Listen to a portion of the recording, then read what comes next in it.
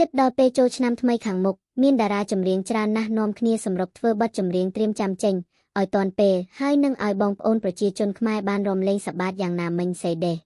សម្រុកធ្វើការហួសកម្លាំងពេកតារាចម្រៀងរ៉េបសេដេចូលពេទ្យបន្ទាន់ធ្វើឲ្យអ្នកគាំទ្របារម្ភខ្លាំងនៅថ្ងៃទី2ខែមេសាឆ្នាំ2025នេះអ្នកលេងបណ្ដាញសង្គម Facebook ជាពិសេសអ្នកគាំទ្រតារាចម្រៀងរ៉េបសេដេបានបង្ហាញការព្រួយបារម្ភយ៉ាងខ្លាំងក្រោយពី Top 3 The Rapper Cambodia រដូវកាលទី1រូបនេះបានបង្ហោះរូបភាពកំពុងសម្រាកលើគ្រែពេទ្យរូបភាពមួយសន្លឹកកំពុងសម្រាកលើគ្រែពេទ្យនិងកំពុងទទួលបានការពិនិត្យពីគ្រូពេទ្យនេះដែរលោកសេដេក៏បានអំណើសារមួយឃ្លាប្រាប់អ្នកគាំទ្រថាប្រហែលជាខ្ញុំគេងមិនសូវគ្រប់គ្រាន់ខ្ញុំមកមិនសូវទៀងពេលបូករួមនឹងការងារច្រើនទើបធ្វើឲ្យខ្ញុំបាក់កម្លាំងបែបនេះតែពេលនេះខ្ញុំបានធូរស្បើយច្រើនហើយអរគុណសម្រាប់ការព្រួយបារម្ភរបស់អ្នកទាំងអស់គ្នាក្នុងនោះដែរក្រោយឃើញស្ថានភាពសុខភាពរបស់លោកសេដេបែបនេះអ្នកគាំទ្រក៏បានជូនពរដល់លោកឲ្យបានធូរស្រាលនិងថែទាំសុខភាពឲ្យបានល្អផង